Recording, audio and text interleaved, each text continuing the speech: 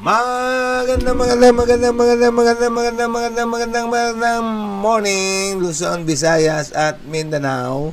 Happy Monday and Happy National Heroes Day naman dito po sa ating bansa ng Pilipinas. At gayon din naman ating binabati rin ng magandang umaga, magandang tanghali, magandang hapon, magandang gabi. Magandang madaling araw ang lahat po ng sumusubaybay sa ibayong dagat. Ano man po ang inyong oras, anong pang oras, saan bang kayo naroroon, ay lagi po ninyong tatandaan at huwag niyo pong kakalimutan ang pag-ibig ng Diyos sa atin ay gayon na lamang. Kaya nga po, isang walang hanggang pag-ibig ang sa atin ay pinararanas ng Diyos. Kaya lagi niya tayong pinagpapakita ng kagandahang loob. Siya ay nagnanais na tayo po ay pagpalaing mainam at patuloy na lingapin. Ako po muli ang lingkod kay Kristo, si Brother Marlon Diego nag-aanyaya na sa loob po ng isang oras ay simulan po natin ang ating pong busy na araw na tayo ay huminto sandali. Unahin natin ang ating pong mahal na Diyos, makipagtagpo sa Kanya sa pamamagitan ng panalangin, umawit papuri, may kagalakan sa Diyos at tayo po ay mag-aral ng Kanyang mahalagang mensahe ng pag-ibig sa bawat isa sa atin.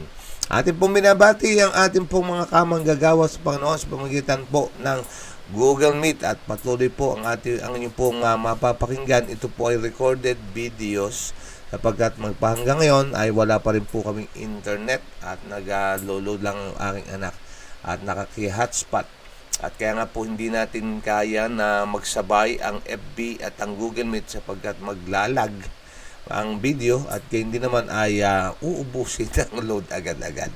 Okay, so ating binabati po ang ating mga kamanggagawa, si Sister Margal, Sister Ami, Ate Edith, magandang hapon sa inyo po. Magandang tanghali at gayon sa sambayan. Good morning, happy Monday.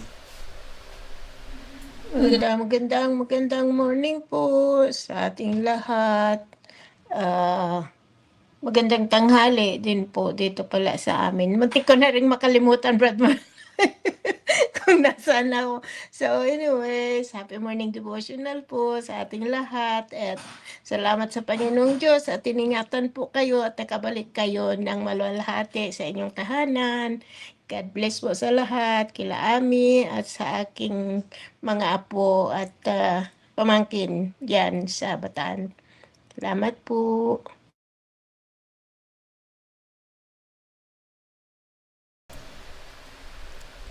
Ayan, salamat sa inyong pong pagbati, Ate Edith, at thank you po sa inyong mga prayers at naging ligtas ang biyahe.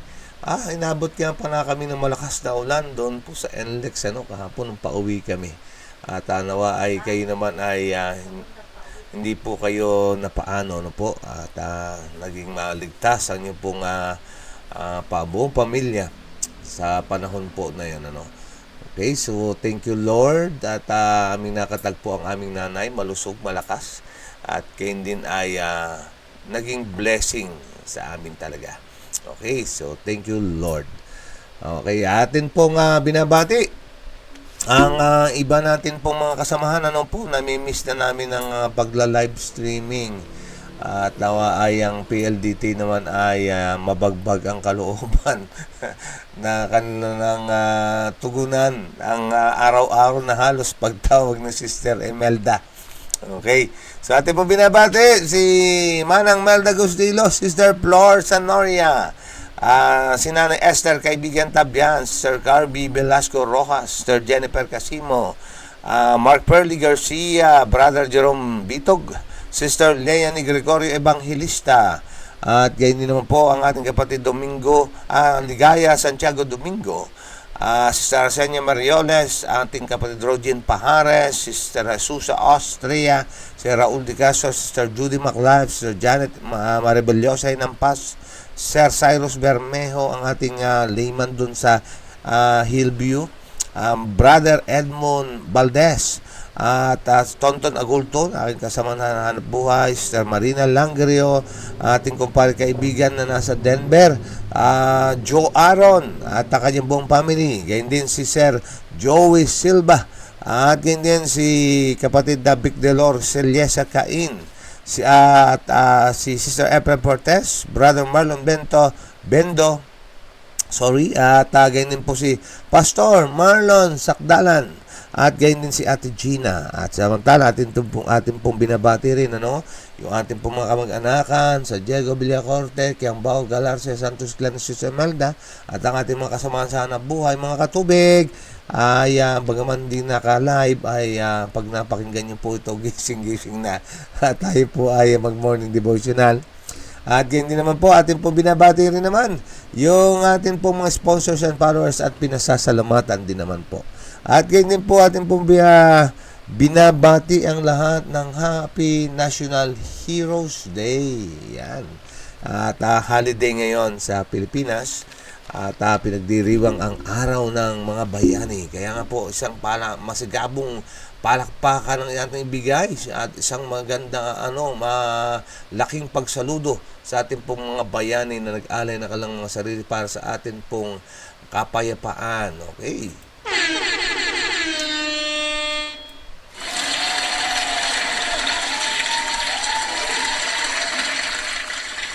Yan, National Heroes Day. Okay, so atin din po pinasasalamatan ang atin pong mga matsatsaga, masisigasig na mga shavers. Sila Sister Rebecca Pelayo, Sister Nora Arena, Ate Sara Lim, Sister Jennifer Casimo, Sister Per Reyes, Ate Juby, Mikit-Pikit, Sister Mermay, Doliosa Espiritu, Ate Sen Estadita, Sister Imelda Diego, at ganyan naman po si Sister Efren Portay. Every gising is a blessing, kaya nga po, lagyan ng ngiti ang ating mga labi. May dahilan lagi para tayo ay maging masaya at magkaroon ng kaganakan. Kapagkat hindi lahat po, mga mahal, ng mga nanalangin, kagaya po ng ating pong prayer kagabi, ay bumangon pa nga at ang iba ay ang marami ay natulog na sa kamatayan. Kaya nga po pagpahalagahan buhay, maikli lamang po ito. Tapos gagamitin pa natin sa pagmumukmok. Gagamitin pa natin sa sama ng loob. Gagamitin pa natin, mga minamahal ko, sa hindi pagpapatawad at hindi paghingi ng tawad. Kaya nga po samantalahin habang tayo malakas, habang may magagawa, ay gawin po natin sa kalwalhatian ng Diyos, sapagkat ito po ang layunin ng Diyos na tayo kanyang lalalangin, na tayo po ay magbigay kalwalhatian sa Kanya. Kaya nga mga naman, anuman ang ating pong kinakain o ininom, o anuman ang ating pong ginagawa, gawin lahat sa kalwalhatian ng ating pong mahal na Diyos. Binabati po natin ang ating mga manggagawa sa pamamagitan po ng Google Meet. Si Sister Nora at si Ate Sara at ang inyong pong mga family. Good morning. Happy Monday. Good morning po. Good morning. Happy Monday. Happy morning devotional. God bless po sa lahat. Magandang umaga po sa bawat pamilya na tune in na po sa Google Meet. Happy morning devotional po. God bless po. Yan, maraming salamat sa inyong pong pagbati. At ngayon ay bagaman ito ay malungkot ang mga mga nagsipagbakasyon. Ito na po yung kahuli-hulihan sa long weekend. Kaya kasi ngayon po ay holiday. Kung kayo po ay nasa Pilipinas, ay binabati ko po kayo ng maligayang araw ng mga bayani po natin, National Heroes Day. Bukas ay back to normal, magpapasok ng mga estudyante at papasok na rin ang mga empleyado. Ang oras po natin, 5:53 in the morning. Kaya nga po, ang lahat ay atin pong inaanyayahan na tayo po ay bumangon-bangon na, gumising-gising na, at halina po kayo, mag-morning devotional na po tayo. Atin pong ayain ang buong sambahayan. God loves the family. Kaya nga po ang buong pamilya ay pagmalasakitan, mahalin din natin pong dalhin sa altar ng Panginoon.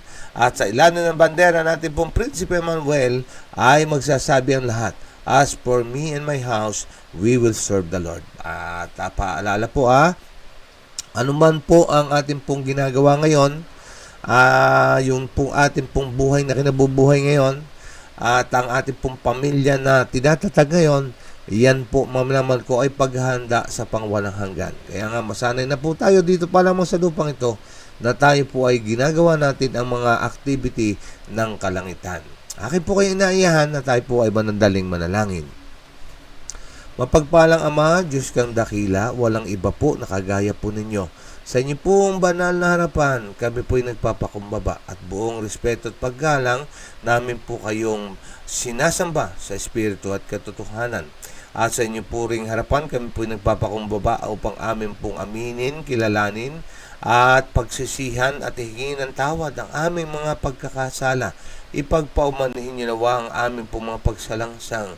Kami, O Diyos, ang nagbigay sa iyo ng kalungkutan. Kami mismo nagpapako sa iyo sa krus araw-araw at kayo po'y amin po pinasasakitan. Kayo po'y amin po nilalagay sa kahihiyan sa pamagitan ng mga pagsalangsang sa inyong pong banal na kalooban. Alang-alang po sa amin pong Panginoon Jesus, nawa ang aming mga pagsisisi at paghigin ng tawad ay humantong sa pagkakaloob ng iyong habag at awa na kami po at ng iyong biyaya na kami po ay mapatawad, ariing ganap at gawing karapat dapat sa oras na ito ng panalangin. Kami po ay nagpapasalamat na kami po ay muling yung tinipon sa amin pong pagsasama-sama ngayon, kung saan ay pag-aaralan namin muli ang napakagandang balita na amin pong maaaring marinig at napakagandang mga aral at mga kayamanan ng buhay ang amin pong matutunghayan. Nawa ang banal niyong Espiritu ang inyong ipagkaloob upang kami po ay turuan. Ihanda kami sa pakikinig, pagtanggap ng iyong mga katotohanan at pagkakabuhayan po nito. I-bless niyo ang bawat isa sa lahat ng aspeto ng buhay sapagkat pinili nila na simula ng araw na kayo po ay unahin at hanapin. At nawa ang inyong mga helang talaga upang kami po ay ingatan at bantayan upang huwag kami mapasok ng tukso at makayari po kami na kayo ang siyang nataas ng lalwalhati, kayo at kayo lamang at wala na pong iba. Alang-alang po sa dakilang pangalan ng aming pong Panginoon Jesus. Amen and Amen. Okay, hayaan niyo po na atin pong isi-share sa screen ang ating pong aralin ngayong umaga. Kung kahapon ay kahapon isang araw pala ay atin pong napag-usapan yung pong tungkol doon sa babae ng Samaria. Ngayon naman ay atin pong pag-aaralan ang pagpapakain sa 5,000. Ayan, so isang himala na naman ng Panginoon, ano? Minsan pa ay atin pong alalahanin na ang ating pong pinakamagandang kwentong maaaring mapakinggan at pinakamagandang kwento na ating pong maisalaysay ay ang buhay, kamatayan at muling pagkabuhay at pananatiling buhay ng ating pong Panginoon alang-alang sa pag-ibig. Yan po, maminaman ko, no? Yan po, maaari natin po maging karanasan. Ano po? Akin po kayo inayahan na samahan po natin ng maraming panalangin habang tayo ay nagbabasa at nakikinig. At lagyan po natin ng pagbubulay-bulay. Kung handa na po kayo, ito po ang ating pong titulo, Pagpapakain sa 5,000, Agosto 25. Ang sabi po ng aklat ng Mateo 14:16 ay ganito, bigyan mo sila ng makakain. Okay, ito po ang senaryo na po. Ang ating Panginoon Jesus, matapos ang kanya pong mahabang panahon ng gawaing paglilingkod sa isang buong araw, ay kaugalian po na ilayo ang kanyang sarili mula sa magulo at maraming kaabalahan at siya po ay magtungo sa isang lugar na kakatagpuin niya yung kanyang ama sa panalangin. Kung saan ay mga minaman ko, ito ang dapat natin pong matutunan. Alam niyo, pinapayuhan tayo. Kaya nga lagi natin nababanggit, altar ng Panginoon. Kailangan po, mamamahal ko, sa ating pong loob ng tahanan, meron po tayo isang natatanging lugar na kung saan doon ka aatras.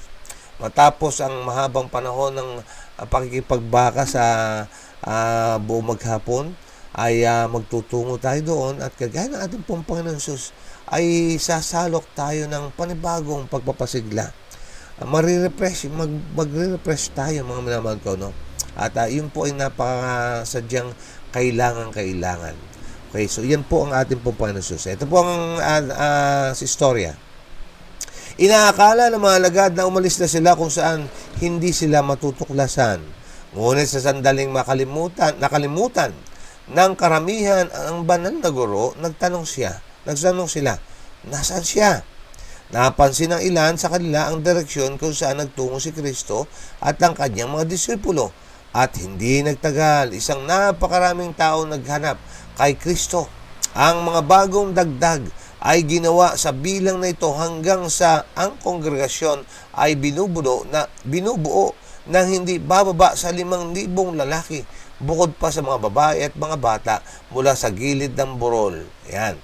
Ano po ang nangyari? Alam niyo mga kapatid, ito po dapat lagi na lamang na tayo po'y magiging aware, kagaya po nito.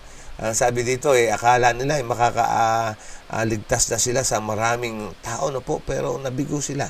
Sapagkat nang maalaala ng mga tao na ang Panginoon ay wala, ay kanilang hinanap siya. Alam nyo, ganun din tayo dapat. Lagi po natin siyang hinahanap. Minsan, mga kapatid, tayo po ay guilty dito, Lahat ay guilty dito at walang pagtatangi. Minsan sa maraming mga kaabala ng buhay ay nakalilimutan natin ang ating pumahal na Diyos. Nagiging aligaga tayo, na-out of focus po tayo, mga naman ko, Pero ang kailangan po ay kagaya po nito, maalala natin na, teka muna, para yatang ang Panginoon ay nababaliwala ko na. Parang Panginoon yata ay second placer na lang sa puso ko. Ayan, so kailangan meron pong gano'n, At matapos noon ay magkaroon po ng aksyon. Ngayon, naalala mo nga, na ang Panginoon ay naging second place na lang. Ay, sige na nga. Sa susunod na lang, gagawin ko siyang first place. Hindi po, mga kapatid, right away, kapag naalala natin na medyo na tayo ay nalilibang na, parang komportable na tayo, ay pag naalala natin nasa ng Panginoon, ay agad-agad, mga kapatid, huminto sandali. At talagang i-redirect ang ating atensyon sa dapat na ang ating pong Panginoon sang una't pangunahin. Ganun po ang ginawa nitong mga alaga ng mga tao po. Kaya nga dumami yung pong naghanap. Biruin nyo, yan po ay 5,000 lalaki lamang. Kasi sa Biblia, mga kapatid, kapag binasa nyo po yan, madalas nang binabanggit lamang, madalas po yan, kalalakihan. No offense sa mga kababaihan, hindi po sinasabi na kayo po ay mas bababa. Wala pong ganon. Yan lang po yung binabanggit. Mas madalas yan po ang binabanggit sa banal na kasulatan. Pero kung inyo susumahin, higit pa sa 5,000 ito. Inyo pong sigurong imaginein, isang lalaki plus isang asawa plus isang anak. So ito po more or less 15,000. Hindi naman po uso ang tipid mag-anak noon. Kung inyo po sumusubaybay kayo sa pagbabasa, paramihan po na anak. Kaya nga, napakarami po nito kung ating titingnan. Okay, heto na po ang sitwasyon. Natagpuan na nila ang ating Panginoon. Kaya nga, heto ngayon. Nasaan po ang mga alaga? Nasaan po ang ating Panginoon? Lumayo upang magkaroon ng kapahingahan. Lumayo upang magkaroon ng refreshing of his soul. Sila po lahat. Ngayon, heto, at ang dami nung pong nasa iyong harapan. Ano po ang nangyari? Heto po. Tumingin si Jesus sa gumagalaw na karamihan. At ang kanyang dakilang puso ng pag-ibig at habag ay napukaw sa pakikiramay. Habang siya ay nagambala at ninakawan na kanyang kapahingahan, siya ay hindi nainip. Iniwan ang kanyang pag-urong sa bundok. Siya ay nakahanap ng isang maginhawang lugar kung saan siya ay makapaglilingkod sa kanilang spiritual na kahirapan. Alam nyo, kung ating i-imagine to at kung tayo magsusuot ng kanya pong sandalyas, yung ating pong Panginoon Jesus, imagine nyo to, day off niya na yun yun po yung panahon ng kanya pong pagpapahinga, both physically, mentally, emotionally, spiritually, lahat yan po, ayan po yung kanyang ginugo. Tapos, out of the blue, narito ang mga tao at hinahanap ka at ninanais na iyong paglingkuran. Alam nyo sa atin, medyo ang hirap yata bumangon. para struggle yata. Ang burden yata, para bigat-bigat siguro ng katawan natin ito, Pero mga kapatid, ito po'y aral para sa atin. Wala pong day off talaga sa paglilingkod sa Panginoon. Aray ko po. Yan, mga kapatid, tayo po ay meron namang bubunutin mamaya na mga pana at mga sibat na tumatarak sa ating pong puso. Paalala sa atin, mga naman ko, no? Dapat ay lagi tayong always on the go kung usaping ministeryo ang ating pong pag-uusapan. Yan, so ating pong tingnan ito. At isa rin pong kurot sa puso at partikular sa amin po. Ayan ay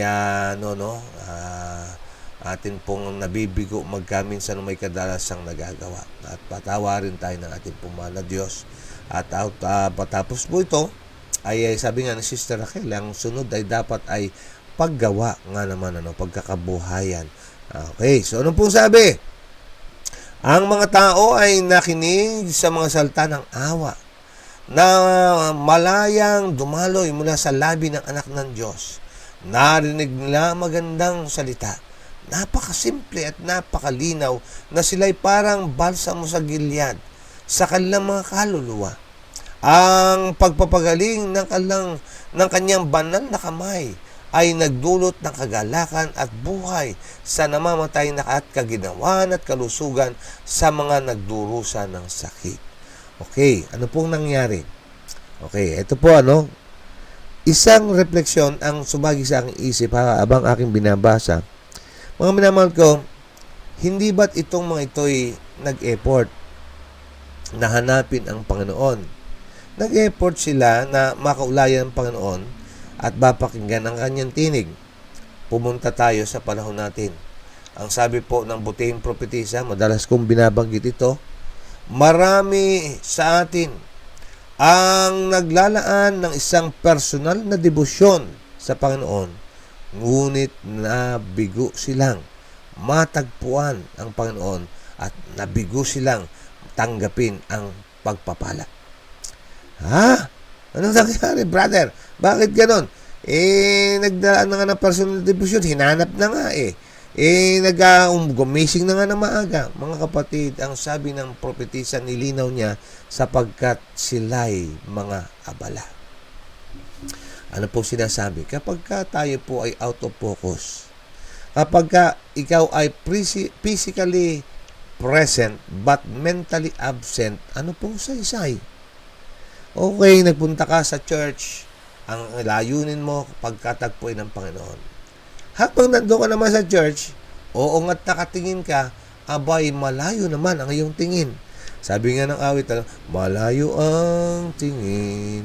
Mga kapatid, Kaya nga po, ito po nawa ay maging paalala sa atin, hindi lamang tayo dapat physically present, but also spiritually dapat nandun tayo. Yung ating emosyon, yung ating pong mental, ay nandun sa loob po ng church. Kasi ganun din po sa ating pong morning devotional o yung sa ating pong 777 prayer. Talagang hihinto ka at maglalaan ka ng atensyon sa ating pong mahal na Diyos. Sapagkat sabi niya, nandito ka na lamang din. Bakit hindi pa natin samantalahin? Alam niyo, marami po ang nangyayaring ganyan na sa amin lang pong team building. Share ko lang sa inyo. Sa team building namin, inire-require at na kami po ay makasama. Ngayon, kapag sumama kami doon, meron pong activities na gagawin. So, team building nga So, ibig sabihin, team. Maramihan yon. Hindi kung ang sinabi personal, walang problema. Ang ginawa ay sabi po ay team So, hindi ka makikisangkot doon po sa gawain. Kaya nangyayari, naiinip. Gusto nang umuwi. Kung ikaw nagpunta ka na lamang din doon, sumama ka na lamang din doon, makigawa-gawa ka na ng ginagawa nila. Magiging involved ka na lang din po, mga minamahal ko. Kaya nga, ito po yung nangyari sa atin po, naging pagpapala sa 5,000 na ito na mahigit ang kanilang pagtungo sapagkat ang salita ng Panginoon ay kanilang dininig. At ito po'y, sabi nga, balsamo ng Gilead. Masama sa Tagalog yung pong balm of Gilead po ito balm of Gilead. Sa Tagalog sa Google ang kanya ay balsamo. Pero ibig sabihin lamang ito ay parang nagbibigay kapayapaan at kapahingahan sa kanila na po. Para kang minamasahe. Yan. So yan po naging kanilang karanasan. At sila po ay nilapatan din ng lunas ng atin pong Panginoon. Kaya nga tayo po, mga minamahal ko, no, bilang mga tagasunod ni Kristo, dapat tayo po ay maging blessing. Sabi nga ng aking ina kahapon, ay dapat ay sa lahat ng transaksyon ng buhay ay maging blessing po tayo.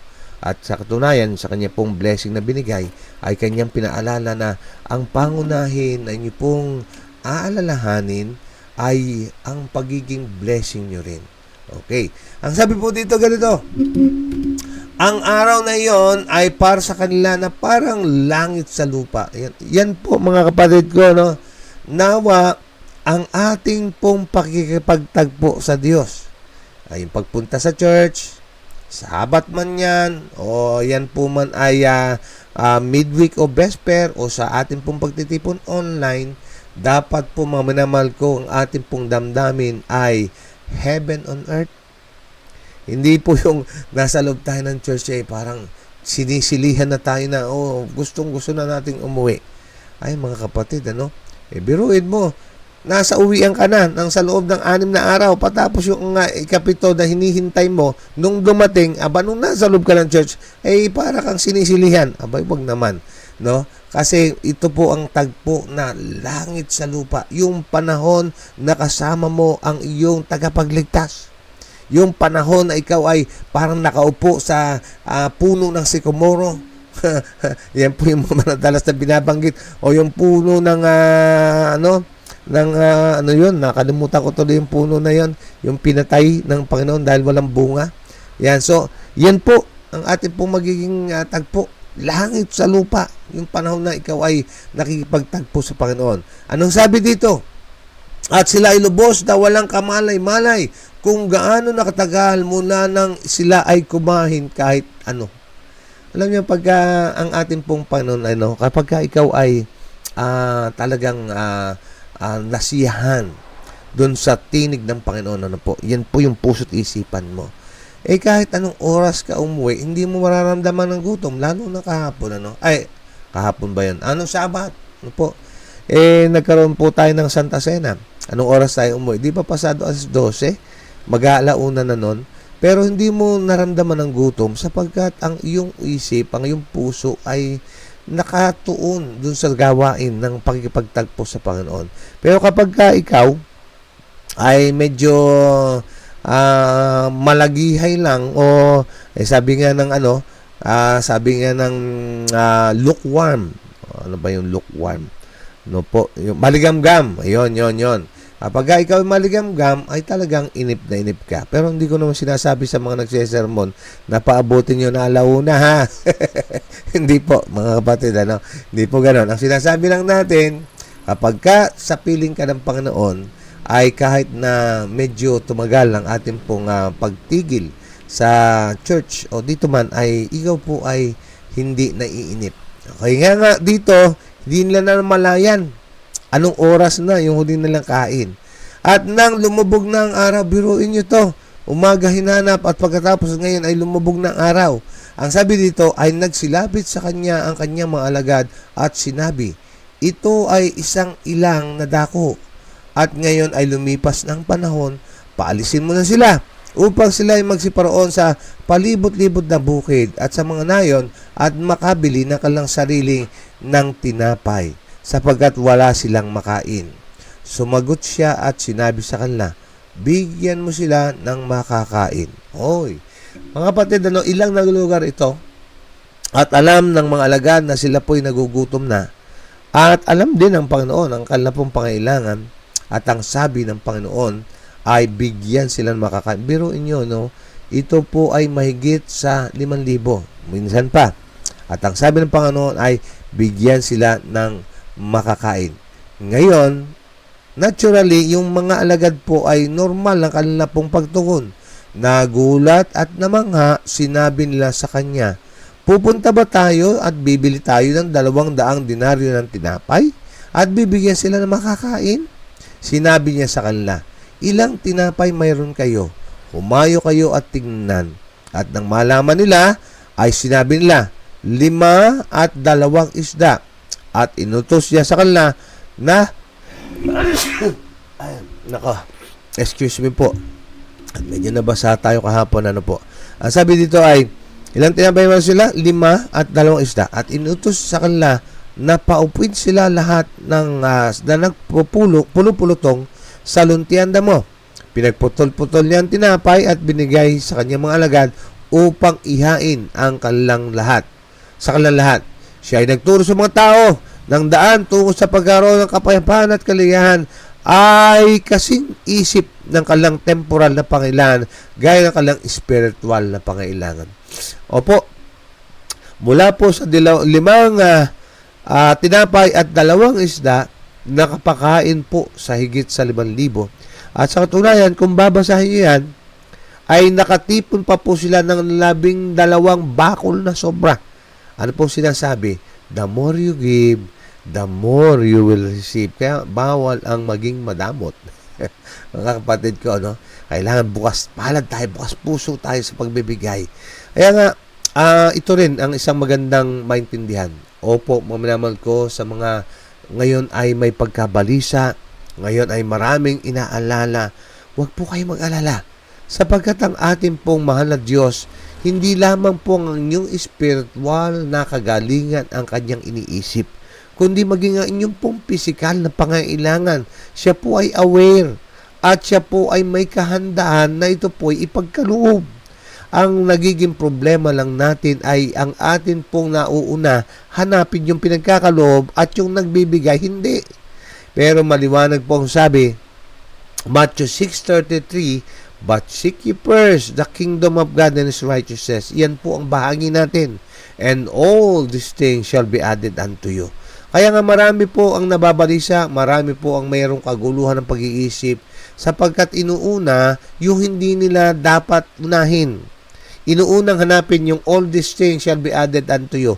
Ay part po ng Diyos yun.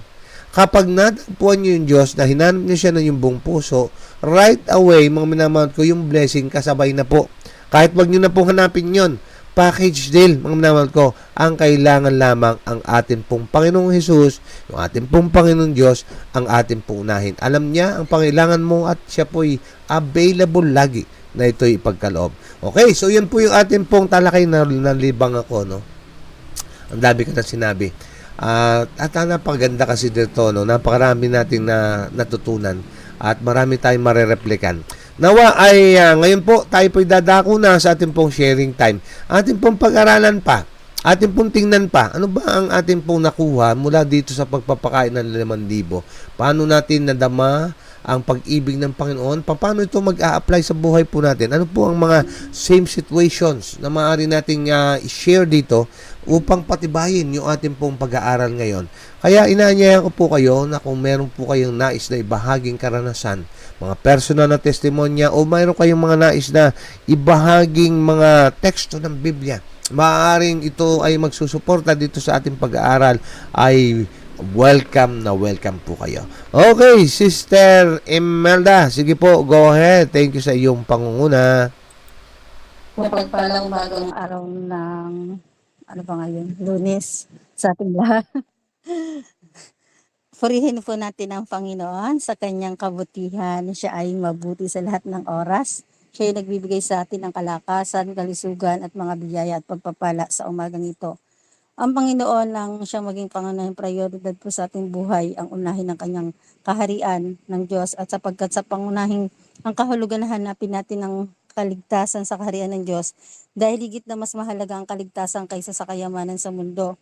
Kung uunahin po natin at ang ating gagawin na ang Diyos ay maglilingkod po tayo ng may kasiyahan sa ating puso, tayo po ay magtatagumpay sa lahat ng mga gawain. Lahat kasali, walang saling pusa. Ibahagi po natin sa ating kapwa ang mabuting balita na ang pag-ibig ng Diyos ay mahayag sa buong sanlibutan. Ang kanyang kabutihan sa bawat isa sa atin, makikita po natin na bigyan po natin ng pansin ang kaharian ng Diyos na ito'y ibibigay sa atin ng kalakasan, katatagan sa buhay kapag inunan natin siya. Ang kanyang kaharian ng Diyos sa pamamagitan ng paghanap sa kaligtasan.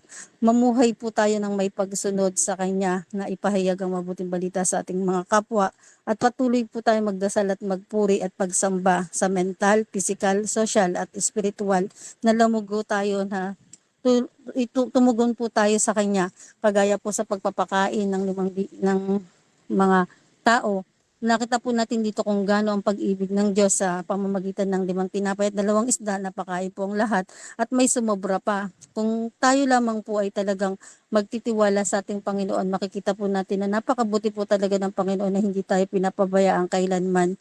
Kaya ang lahat din na may mga karamdaman, ito po ay kanyang pinagaling. Kung tayo lamang di po magtitiwala sa kanya dahil siya yung dakilang manggagamot at makapangyarihan sa lahat, makikita niyo po, di ba, lahat sila naging masaya dahil sila ay gumaling sa kanilang mga nararamdaman. Kaya sa ating pong mga pinagdaraanan, kung meron man pong kasakitan, kalungkutan, or kamatayan, mas lalo po tayong lumapit sa Panginoon dahil siya lamang po ang magbibigay ng spiritual na tayo lumago sa pananampalataya, ating isakabuhay at ibahagi rin naman sa ating kapwa na napakaganda ng pag-ibig ng Diyos sa atin. Kung paano tayo inibig ng Diyos, dapat ganun din natin ibigin ng ating kapwa. Kaya magkaroon po tayo ng pagmamahalan sa isa't isa, pakumbabaan, patawaran, dahil ang Diyos lamang po ang makakatulong sa atin at wala nang iba. Tanggapin po natin siya bilang tagapagligtas ng ating buhay. Magandang umaga po sa ating lahat. Amen.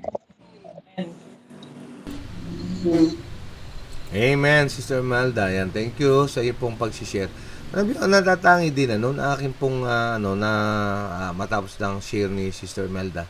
Yung natatangi na aral din na naging takeaway ko po Yung pong sa iyong kapaguran sa mundong ito, sa iyong paghahanap buhay, sa iyong paglilingkod, talagang kinakailangan po natin ang panahon ng ating fellowship sa Panginoon, na ating maintindihan na siya pong pinagmumula ng ating lakas, pinagmumula ng lahat ng bagay na meron tayo, po. Kailangan tayo po ay laging nagre-recharge sa Kanya. Kaya nga po sa mga meron pong sa mga mapapaabutan po natin pagsasempapawid, kapag ito po ay atin pong na-broadcast na, natin na-upload po, sa mga napapagal, sa parang tila baga pasan nyo ang daigdig at parang tila baga wala na kayong pag-asa, parang gusto niyan sumuko. Alam nyo ang kailangan po natin gawin, makipagtagpo sa ating pong Panginoon. Siya po ang ating pong pagkukunan ng lakas, pagkukunan ng ating pong pag-asa. Ang sabi po sa pag-aaral, ang buhay daw po na tanggalan mo ng pag-asa ay parang tinanggalan mo na rin mismo ng buhay. Kaya nga po sa umagang ito ay pinakikita sa atin ng Panginoon nating Diyos na kailangan po nating humiwalay sandali. Alisin yung ating isip. Meron kasing mga tao na talagang sobrang ang pagkabalisa.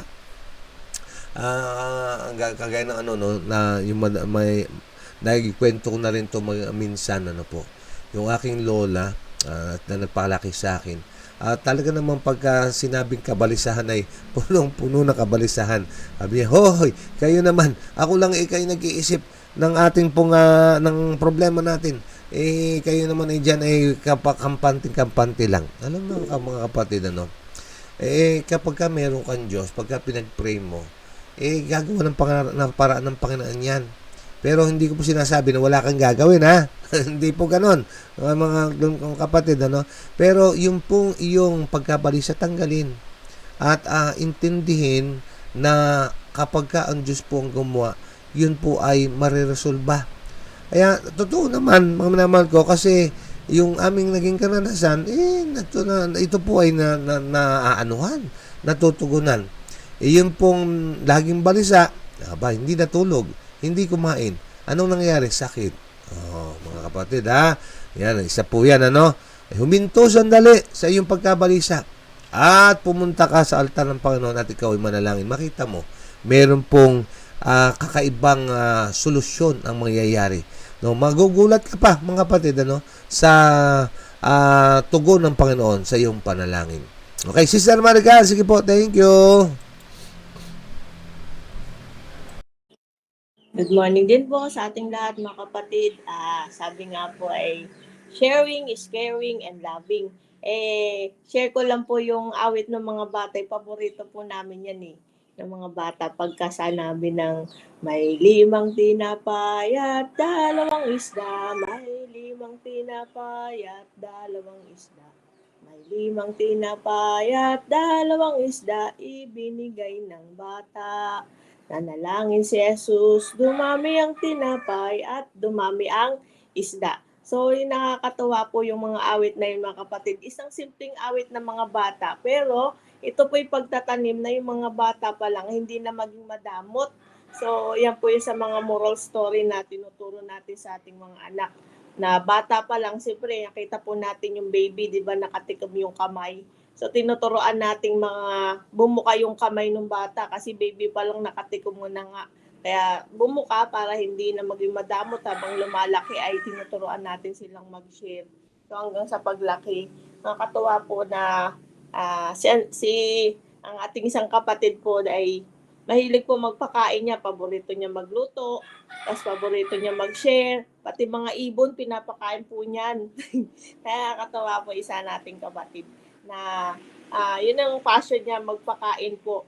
At hindi pwedeng magkukulang. So makita po natin mga kapatid na yung ganun po na mga halimbawa at saka lalo na po ating pong danas mga kapatid sa ating tayo nagkakaroon ng feeding program, nagkakaroon po tayo ng crusade, nagkakaroon po tayo ng fellowship na kung saan kunti man yan o madami yung pagkain kapag pinanalangin mo sa ating Panginoon ay kasya, wala pong magugutom.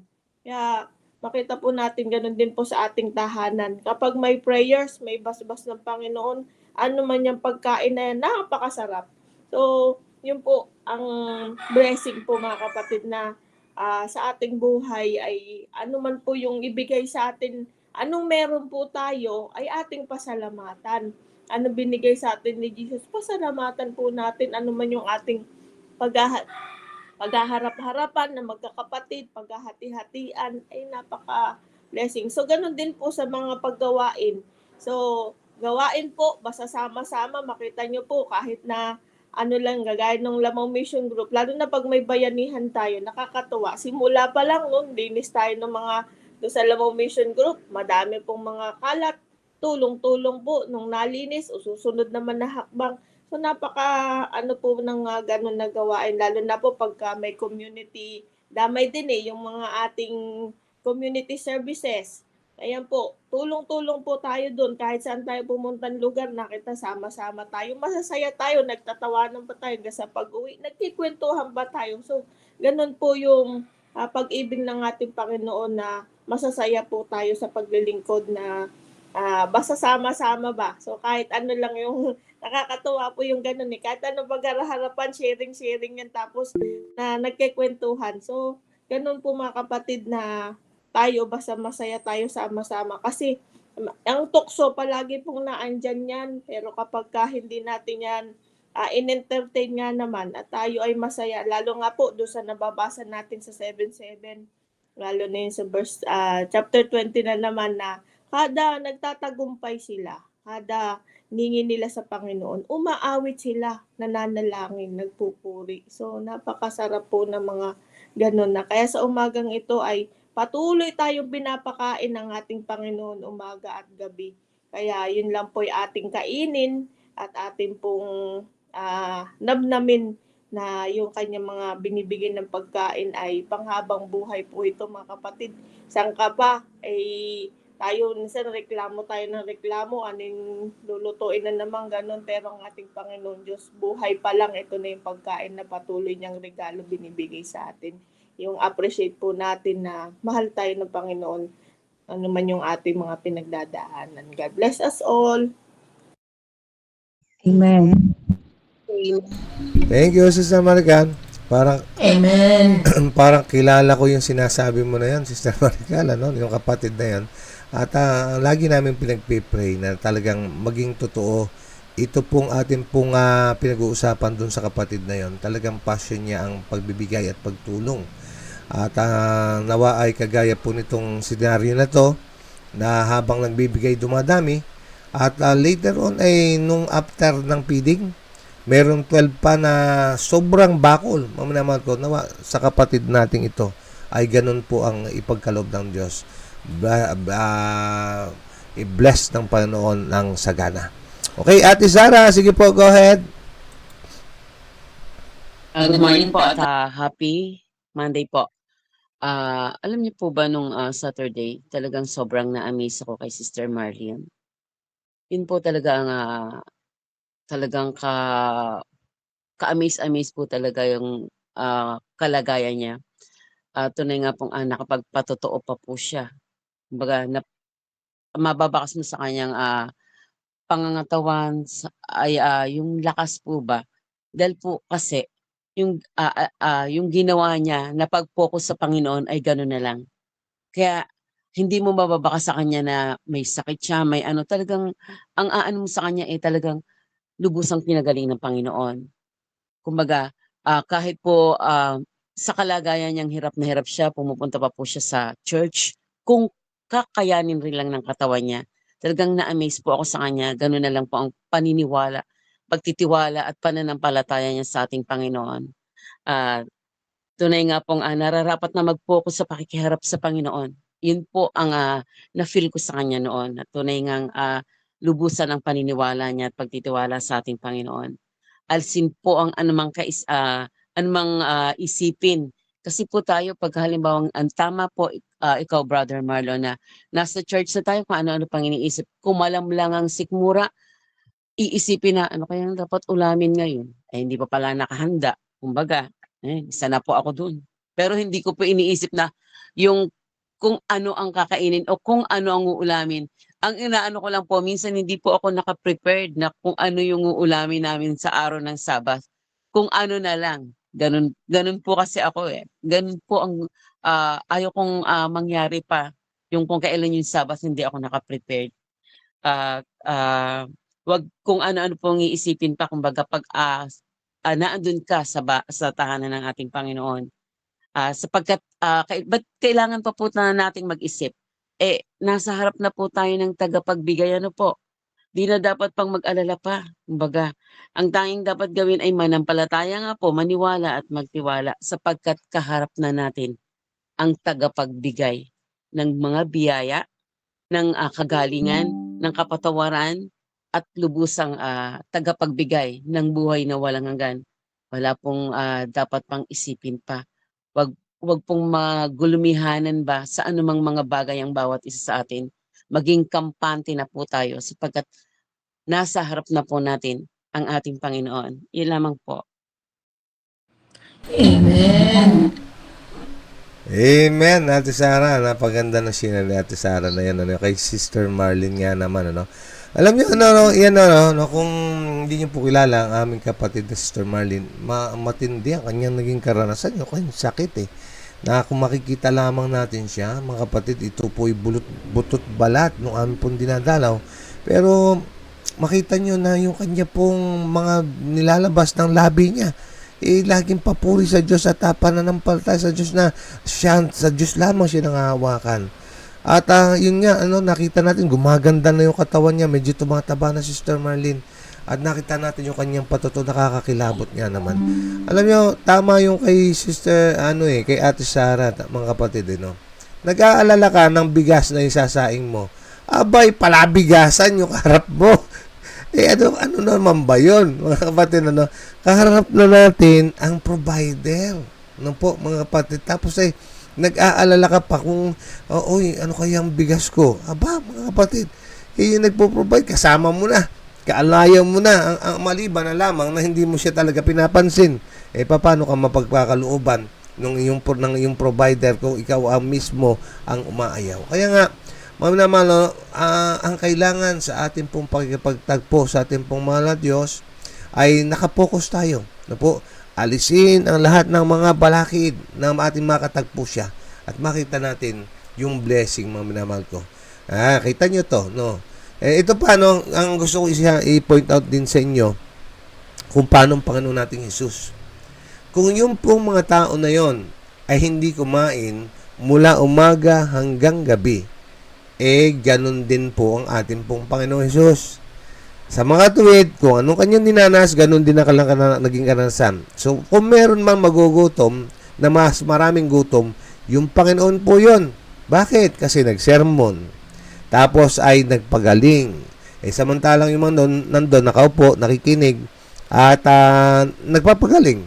Yung ating Panginoon Jesus ay nilalapitan, at sila po'y pinagagaling. Pero nakita niyo yung kanyang concern, yung habag at awa. Sabi niya, pakainin niyo sila. Alam niyo, ganun din po dapat tayo, mga minamahal ko. Yung atin pong pagiging makasarili, alisin po. At kasapagat yung pagiging makasarili, wala po yan ang ating pong Panginoon Sus. Okay, ang concern sa iba po ang pangunahin sa Kanya. Ate Edith, sige po, go ahead. Amen, Brother Marlon. Ang sa akin naman po, papakainin na, yes, kakain tayo. Panlaman sa ating mga pangangatawan. Pero ang pinaka-importante dyan, Brother Marlon, is ang mapakain mo rin ang iyong, ano bang tawag dito? Yung iyong kaluluwa ba? Or yung espiritu ba yun? Yes, spirit. Yes po. Kasi kailangan din po natin yan eh. Kaya nga, in the morning, yung ating 7-7 is talagang binabangunan ko po talaga yan. Kasi napakasaya ko pagka yung kahit antok na antok ka pagka sometimes. But then, sabi ko, hindi.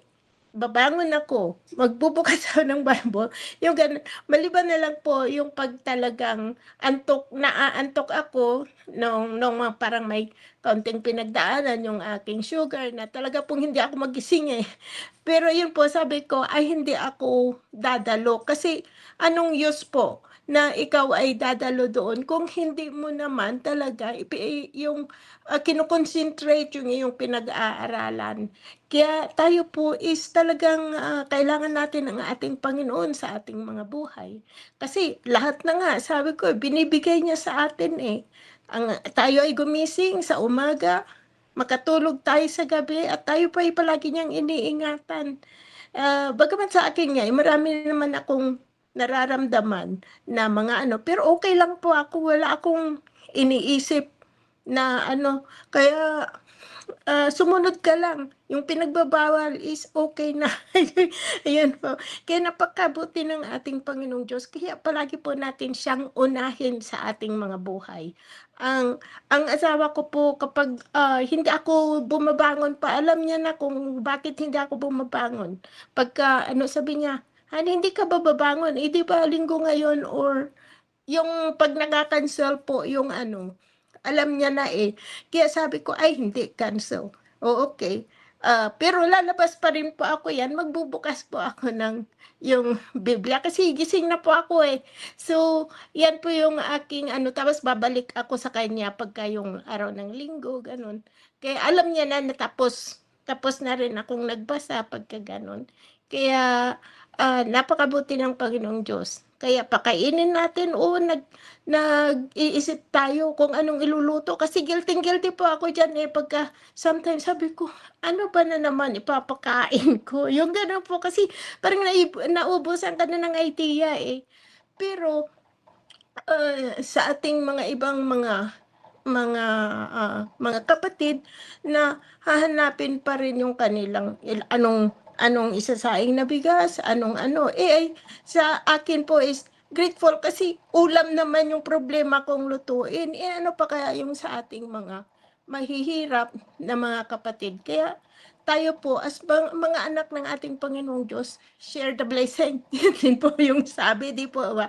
Napaka-importante yun eh. Kaya nga tayo ay pinakain ng ating Panginoong Diyos sa ilang tinapay, ang dami niyang napakain. So, yun po ang talagang dapat nating gawin kung mag-share tayo kahit paunti-unti sa ating mga kapatid na alam naman nating nangangailangan talaga, may pangangailangan. Hindi naman po tayo pino-force, but sabi nga po, paano madadagdagan yung ipon mo kung hindi mo tinatanggal? Awas yun. Kaya yun ba yung ko kasi dito sa yung sa ating Panginoong Diyos na napakabuti niya, napakain niya tayong lahat. And most of all po, yung tayo po talaga ay pinapakain din natin ang ating espiritu. Hindi lang yung tiyan natin kasi napaka-importante na yung espiritu is may makain din. Kaya makinig lang po tayo sa ating Panginoong Diyos at sumunod sa kanyang utos at tayo po is talagang diretso. Sabi nga, madidiretso ka, hindi ka nakakanan, hindi ka nakakaliwa. Kaya yun po, palagi tayong ginaguide ng ating Panginoong Diyos. Salamat po. Amen. Amen and amen. Sabi nga, di ba, ang ating pong Panginoong Hesus ay mismo sa bibig niya, no? Ang sabi ay hindi lamang sa tinapay na bubuhay ang tao, kundi sa bawat salitang lumalabas sa bibig ng Panginoon. Kaya nga po ang ating pong pagkagutom sa ating spiritual ang maging pangunahin. Kasi madalas kong pong banggitin, kapag ang spiritual ang nagkasakit, sasama po ang ating pong physical, ang ating pong mental, ang ating pong social, ang ating pong emotional. Bakit? Kasi lalabag tayo sa utos na nag-iingat sa atin. No? Halimbawa, batas kalusugan, spiritual mo may sakit. Di lalabagin mo ang batas kalusugan. Ano pong resulta? Magkakasakit ka.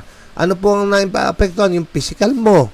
Kasama na po dyan, pagka nagkasakit ka, kasama na po yung pong relationship problems na po, diyan po babangon. Kaya nga, napakaigi yung sabi po ni Ate Edith, unahin natin pakainin ang ating pong spiritual na pagkagutom.